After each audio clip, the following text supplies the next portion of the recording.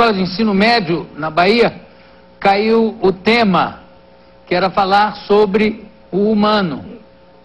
Olha a redação que ganhou 0 por causa do tamanho, mas devia ganhar 10 pelo senso de humor. É assim: quando eu tiver um humano, vai se chamar errar, porque errar é humano.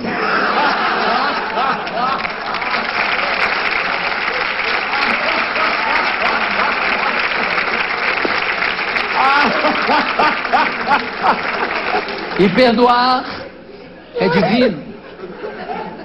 E falando em divino, está aqui o padre Fábio de Mello. Vem pra cá!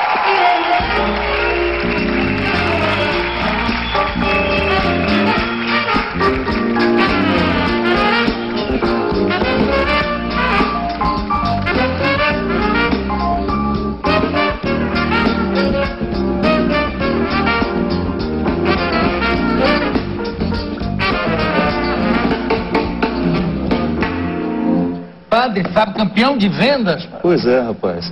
Olha, que maravilha isso. Graças a Deus, no ano passado a gente encerrou o ano. Na verdade, eu lancei o CD Vida, que é a base desse DVD. Nós lançamos em outubro e a gente encerrou o ano em primeiro lugar, graças a Deus. Aí esse ano já começamos bem também. Gravamos em janeiro e já estamos também com um DVD de diamante, Eu e o Tempo. DVD de diamante. O DVD de diamante é depois do DVD de como é que é? 250 mil cópias, né? Porque o DVD conta diferente do CD. O CD de diamante são 500 mil cópias e acima disso. O DVD, para ser diamante, ele tem 250 mil cópias. Porque por causa da pirataria, a regra baixou um pouco, né? Antes também era 500 mil cópias. E aqui os dois são DVDs ou um é... Não, um é o CD ao vivo. Aqui é o CD, né? Na verdade, aí você tem uma edição especial que pode ser comprada separado também, o CD e o DVD. Mas nesse caso vem tudo, tem um bookzinho com umas mensagens, um trabalho mais elaborado. Aqui as fotos. Onde é que você... E aqui tem um livro também? Esse é um novo livro, Gil. Eu tenho 6 livros publicados. Fábio de Mello, Gabriel. É uma parceria com o Gabriel Chalita, escrevemos sobre os medos contemporâneos, no formato de cartas, né? Trabalhando um pouco o contexto da teologia, da filosofia, da literatura. Uma conversa mais informal sobre algumas questões que nos assustam nos tempos de hoje, né? Tem algumas questões que não nos assustam, né? Algumas nos alegram, né, também, né? Se bem que toda alegria é uma forma de espanto, né? Interessante isso na filosofia, o assombro, né?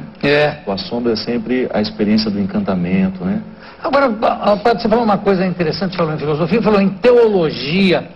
Teologia é uma coisa que sempre a mim me surpreende, porque é tratar como, quer dizer, ciência teológica, tratar como ciência o sobrenatural, né? Não estou falando do mágico, estou falando do sobrenatural. E colocar como ciência, e às vezes colocar alguns dogmas da Igreja Católica que são absolutamente contrários a uma realidade de evolução da natureza. Como é que um padre convive com essa dualidade? Primeira coisa, Ju, eu sou professor de teologia, né? A minha especialidade é antropologia teológica. No tempo que eu dei aula, eu sempre dizia para os alunos que a primeira coisa que nós precisamos nos despir é dessa arrogância de que nós somos proprietários da verdade suprema, né? E que a teologia é sempre uma palavra sobre Deus. Nunca a palavra definitiva, e por isso que nós vivemos esse processo de evolução das ideias também dentro da teologia. O dogma, nós dizemos que é uma verdade que já está estabelecida, mas o que nós podemos saber sobre esse dogma ainda está em processo de vir a ser. Isso é muito interessante. O que é antropologia da teologia? Antropologia teológica. Teológica, o que vem a ser exatamente? Nós trabalhamos o contexto do humano à luz do sagrado. Então, por exemplo, estudamos desde as origens, né, a condição adâmica, porque a teologia, o discurso teológico, ele está posicionado entre duas pessoas. Adão, como início de toda a humanidade, claro, abrindo sempre uma reflexão para a questão do evolucionismo, isso não é nenhum problema pensar. E depois você tem a figura de Cristo, como sendo aquele que vem superar a condição adâmica. Eu, no momento em que eu me experimento humano, eu me experimento entre esses dois polos. Eu tenho minha condição adâmica dentro de mim, mas à luz da teologia cristã, eu tenho essa perspectiva crística me chamando. Que seria um processo de evolução, de superação de limites, claro, eu avançar no meu contexto humano. Isso é religioso, né? Mas quando você fala em condição adâmica, leva em conta a evolução, evolucionismo, leva em conta, por exemplo, as descobertas antropológicas, inclusive, de um Teilhard de Chardin. Claro, com certeza. Leva em conta tudo isso, quer dizer, o Homo erectus.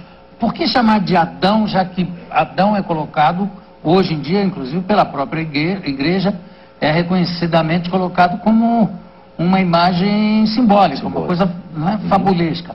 Mas, no entanto, continua um nome. Né? Talvez por ser o primeiro homem, né? O homem que vem do barro, né? Essa compreensão. Porque a metáfora é muito importante para a gente compreender a teologia.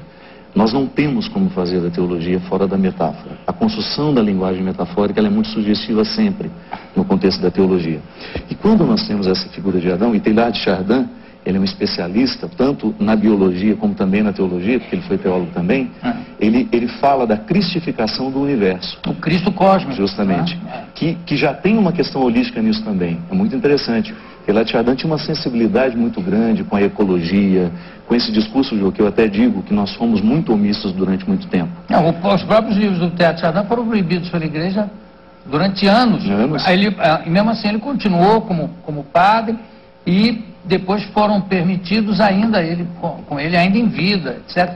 Mas era além de, quer dizer, era teólogo e antropólogo, né? Eu acho uma das pessoas mais importantes da igreja como filósofo. Que agregou muito, né, o pensamento cristão. Né? Nós temos uma riqueza muito grande dentro do contexto dos escritos de Teilhard de Chardin, mesmo no momento em que ele era poeta também, né? Quando ele tinha uma beleza de escrita. A Missa sobre o Mundo, que é uma coisa linda. Lindo, lindo, lindo. Cristificação do Universo, que é uma peça maravilhosa dele também, e que na verdade é uma teologia explicitada de maneira bela.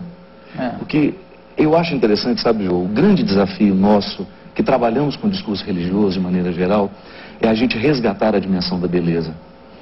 Me incomoda muito o discurso religioso, que é muito duro, que esquece um pouco o contexto da simbologia, porque ele acaba ficando diabólico também, né? É um perigo.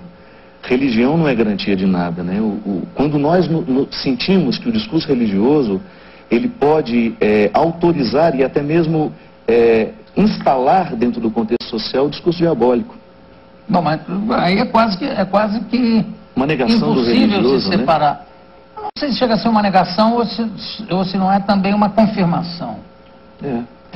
Quer dizer, não há sombra sem luz. Digamos, justamente. Né? Mas quando eu digo diabólico, é quando eu percebo que, ao invés de unir, ele separa. Certo. Né? Quando você percebe, por exemplo, que às vezes, nas religiões, a gente tem um retorno ao tribal, né?